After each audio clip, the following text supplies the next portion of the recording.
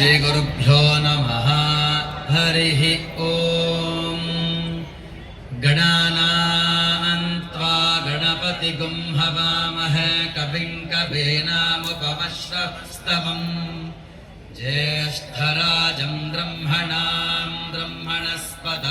न शृण्वन्नोतिभिः सेदसाधनम्। श्रीमन्महागणाधिपतये नमः। प्रणो देवी सरस्वती वाजेभिर्वाजिनीवती धीनामवित्र्यवतु वाग्देव्यै नमः। चरणं पवित्रं विततं पुराणे येन भूतस्तरति दुष्कृतानि तेन पवित्रेण शुद्धेन पूताः अतिपाप्मानवरातिन्तरेम।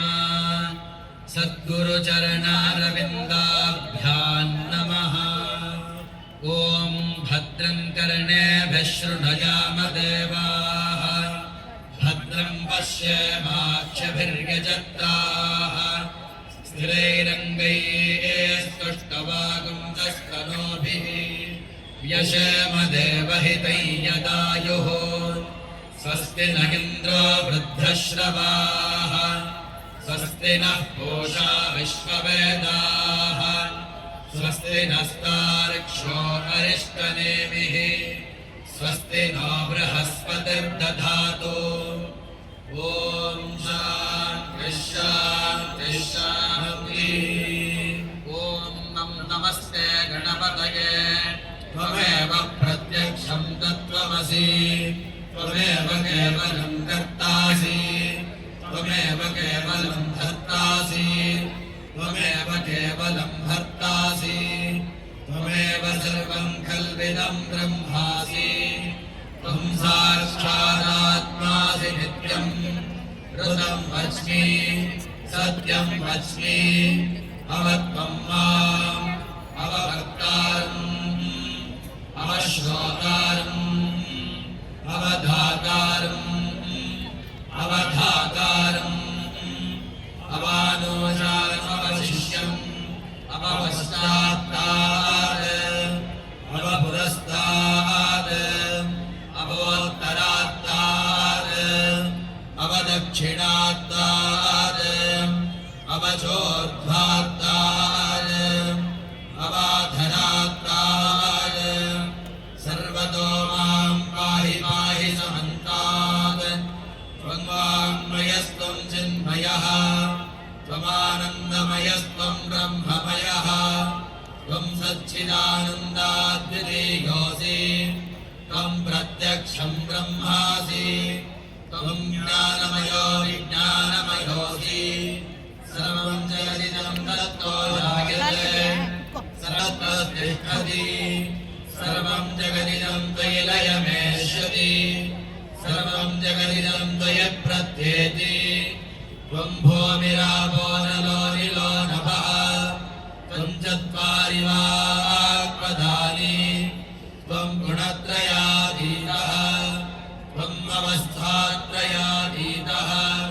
त्वं देहत्रयातीतः त्वं कालत्रयातीतः त्वं मूलाधारे स्थितोऽसि नित्यम् त्वं शक्तित्रयात्मकः त्वां योगिनो ध्यायन्ति नित्यम् त्वं ब्रह्मास्त्वं विष्णुस्त्वं रुद्रस्त्वमिन्द्रस्त्वमग्निस्त्वं वायुस्त्वं सूर्यस्त्वं चन्द्रमास्त्वं ब्रह्मभूर्भुवस्सुवरो गणादीन् पूर्वमुच्चार्य वर्णादीन् तदनन्तरम् अनुस्वारः परतरः अर्धेन्दुलसितं कारेण रुद्धम् एतत्तव मनस्वरूपम् यकारः पूर्वरूपम् अकारो मध्यमरूपम् अनुस्वारश्चान्त्यरूपम् बिन्धुरुत्तररूपम् नादः सन्धानम् सगुंहिता सन्धिः सैषा गणेशविद्या गणगर्षिः निसृगायत्री छन्दः श्रीमहागणपतिर्देवता। ॐ गं गणपतये नमः। एकदन्ताय विद्महे वक्रतुण्डाय धीमहि तन्नो दन्ते प्रचोदयात् एकदन्तं चतुर्हस्तं पाशवङ्कुशधारिणं रथं च वरदं हस्तैर्बिभ्राणं मूषकध्वजं रक्तं लम्बोदरं रक्तगन्धानलिप्ताङ्गं रक्तपुष्पैः सुपूजितं भक्तानुकम्पिनं देवं जगत्कारणमच्युतम् आविर्भूतं च दृष्ट्यादो प्रकृतेः पुरुषात्परम् एवं ध्यायति यो नित्यं स योगी योगिनां परः ॐ नमो प्रातपतये नमो गणपतये नमः प्रणपतये नमस्ते लम्बोदराय एकदन्ताय विघ्नविनाशिने शिवसुताय श्रीवरदमूर्तये नमः ॐ नमो भगवते रुद्राय ॐ नमस्ते रुद्रमन्यवभूतोत ऋषभे नमः नमस्ते अस्तु धन्वने बाहुभ्यामुदते नमः या दैषः शिवतमा शिवं बभूवते तनुः शिवा शरव्या या तपतया नो रुद्रमृडया या ते रुद्रशिवा तनोरघोरा पापकाशिनी कयानस्तनुवाशन्तमया गिरिशन्ताभिचाकशीः यामिषं गिरिशन्तहस्ते बिभर्यस्तवे शिवाङ्गिरित्रताङ्गुरमायुगुंसे पुरुषं जगत् शिवेन वचसात्मा गिरिशाच्छावदामसि यथा नः सर्वमिज्जगदयक्ष्मकं सुमना असत् अध्यवोचदधि भक्ता प्रथमो देव्योऽभिषक् अहेकश्च सर्वान् जम्बयन् सर्वाश्च यातु धान्यः असो यस्ताम्रो अरुणबुध बभ्रस्व मङ्गलः ये क्षेमाकं रुद्रामिथो दिक्षश्रिता सहस्रो वैश्वाकुञ्जेण ईमहे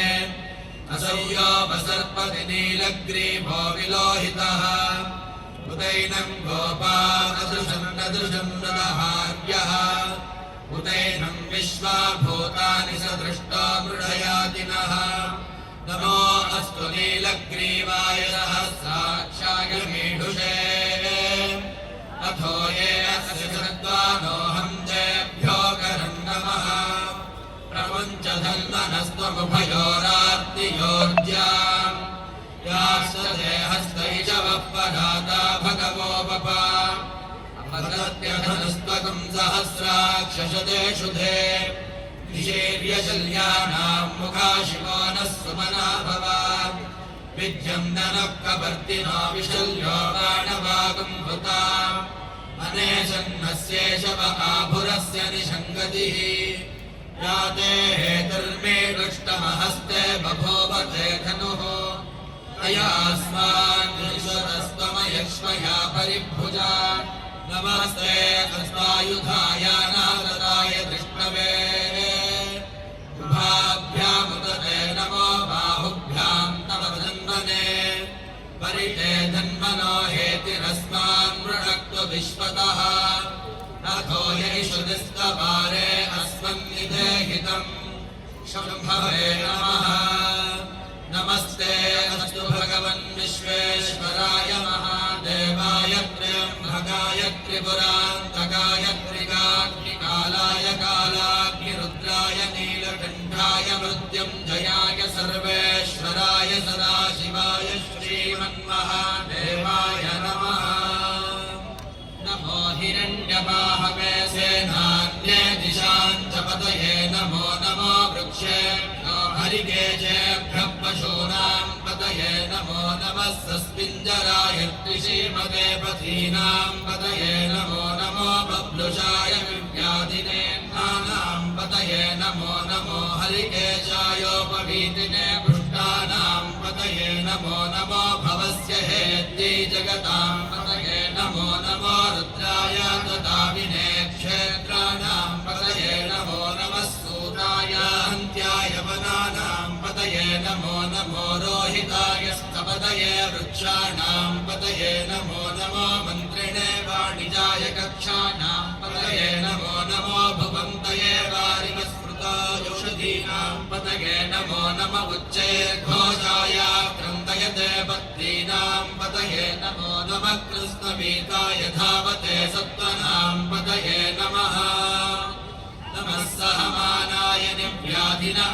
व्याधिनीनां पतये नमो नमः ककुभाय निषङ्गिणे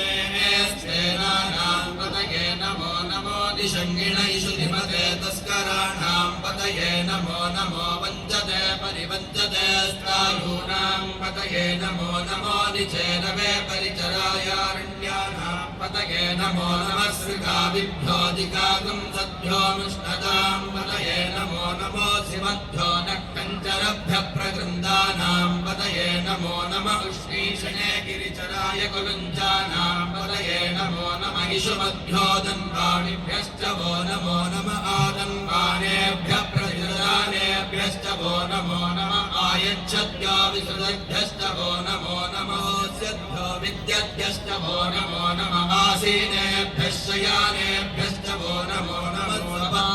जाग्रद्भ्यश्च वो नमो नमस्तिष्ठद्भ्यो दावद्भ्यश्च वो नमो नमः सभाभ्यः सभापतिभ्यश्च वो नमो नमो अश्वेभ्यो अश्वपतिभ्यश्च वो नमः नमः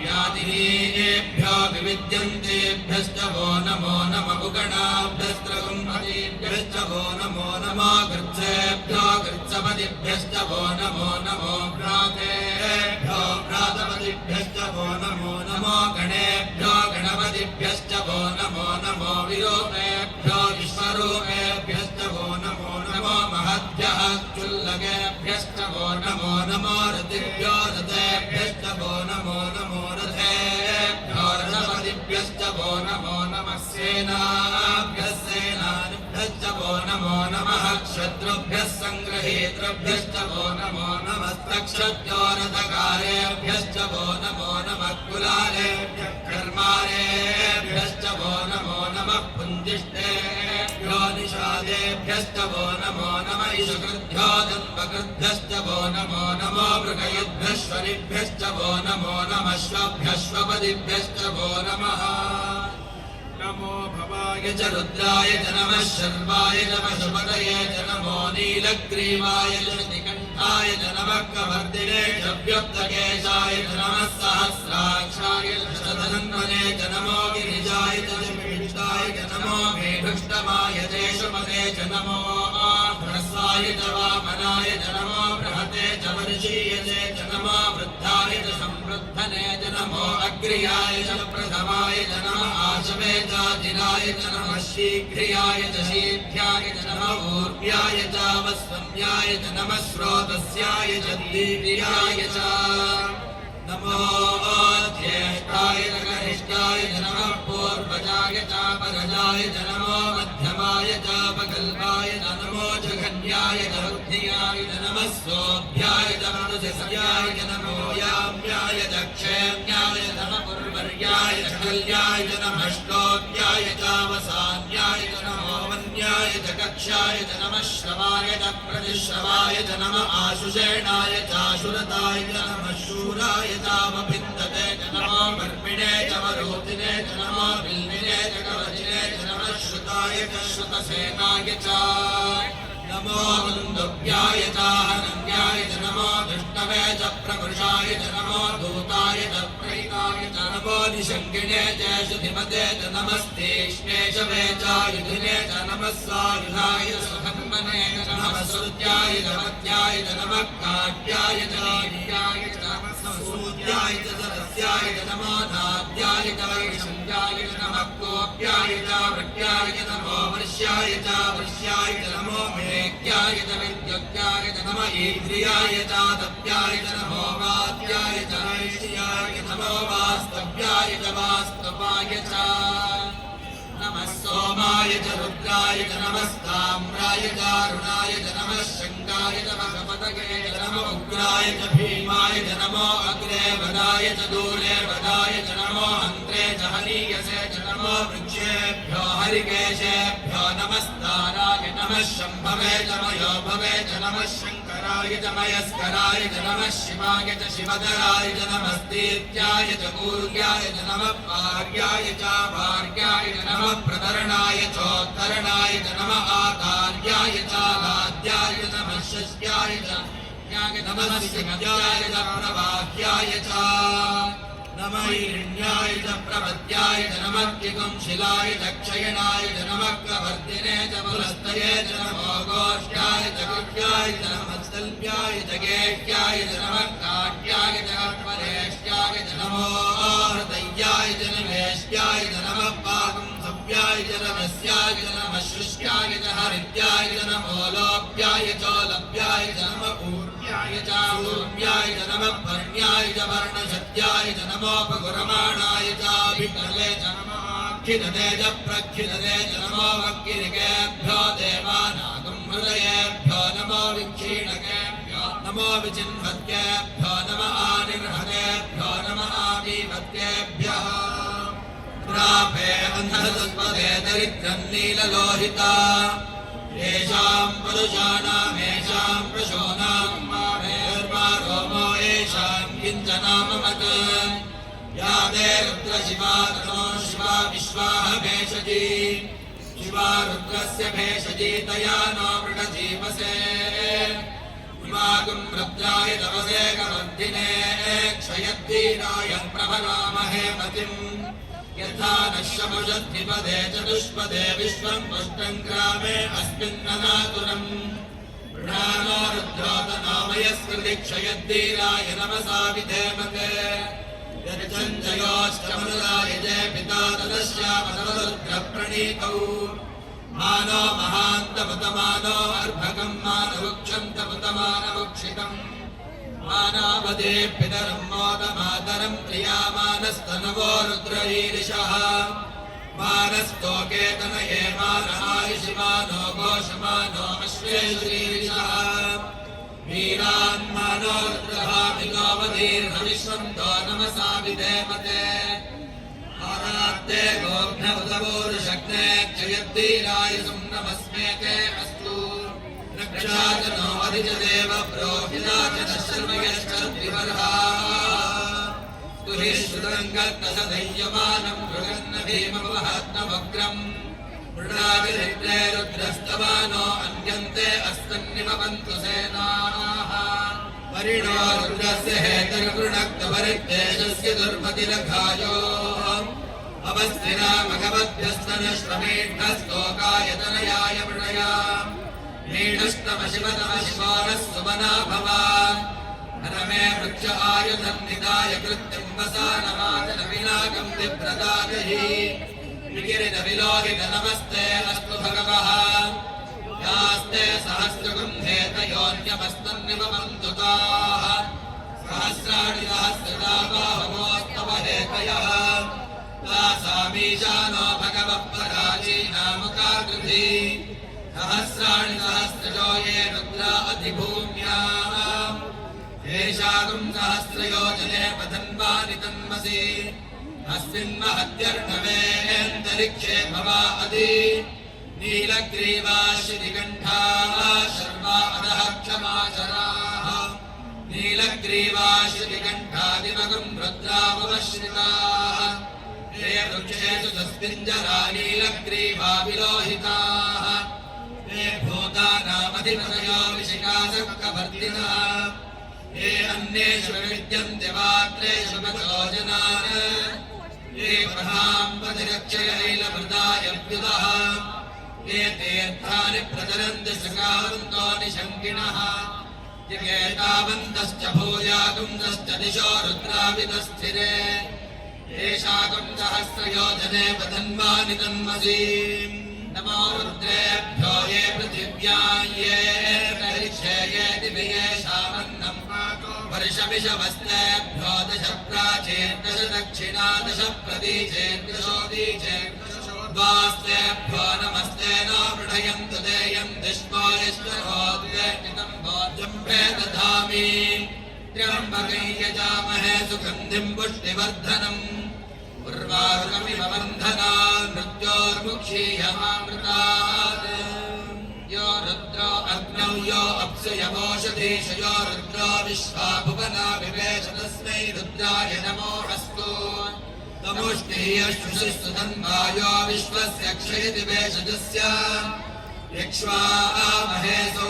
मनसाय रुद्रं नमो विद्येवसरं नमस्य अयं मे हस्तो भगवान् मे भगवतरः अयं मे विश्ववेशजोऽयं शिवाभिवर्षणः एते सहस्रमयुतं पाशा मृत्योर्मत्याय हन्त मे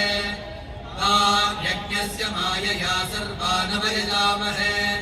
मृत्यवे स्वाहा मृत्यवे स्वाहा ॐ नमो भगवते रुद्राय विष्णवे मृत्युर्मे पाहि प्राणानां ग्रन्थिरसि रुद्रो मा विशान्तकः तेनान्नेनाप्यायस्वा सदाशिवो अज्ञा विष्णो सजोषसे मा वर्तन्त वाङ्गिरः यम्नैर्वाज विरागतम् शञ्च मे वयश्च मे प्रियञ्च मे नु कामश्च मे सौमनसश्च भद्रञ्च मे श्रेयश्च मे वस्यश्च मे यशश्च मे भगश्च मे द्रविणञ्च मे यन्ता च मे धर्ता च मे क्षेमश्च मे धृतिश्च मे विश्वञ्च मे महश्च मे संविच्च मे ज्ञात्रञ्च मे सूश्च मे प्रसूश्च मे धीरञ्च मे लयश्च मरुतञ्च मे मृतञ्च मे यक्ष्मञ्च मे नामयश्च मे जीवातुश्च मे दीर्घायत्वञ्च मे नमित्रञ्च मे भयञ्च मे सुखञ्च मे शयनञ्च मे सूषा च मे सुधिनञ्च मे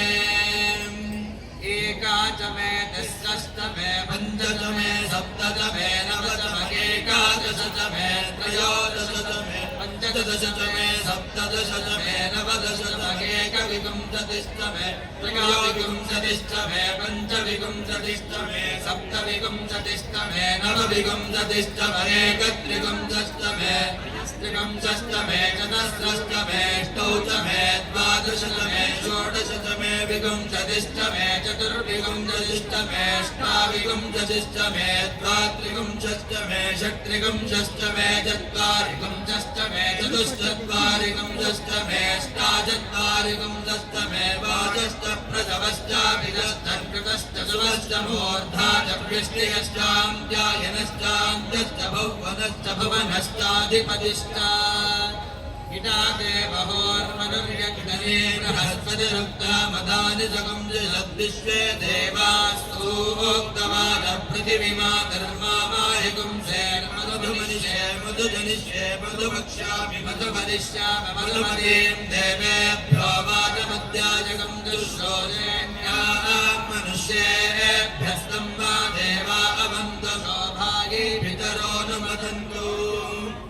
ॐ शान्तिः शान्तिः शान्तिः हरिः ॐ आभिर्गेर्भिर्यजतो नमो नमाप्याय हरिवो वर्धमानः यदा स्तोतृभ्यो महि गोत्रादिष्टवारो वधनस्याम ब्रह्म प्रावादिष्पदन्नो माहासीन ॐ शान्तिः शान्तिः शान्तिः हरिः ॐ हर नमः पार्वतीपतये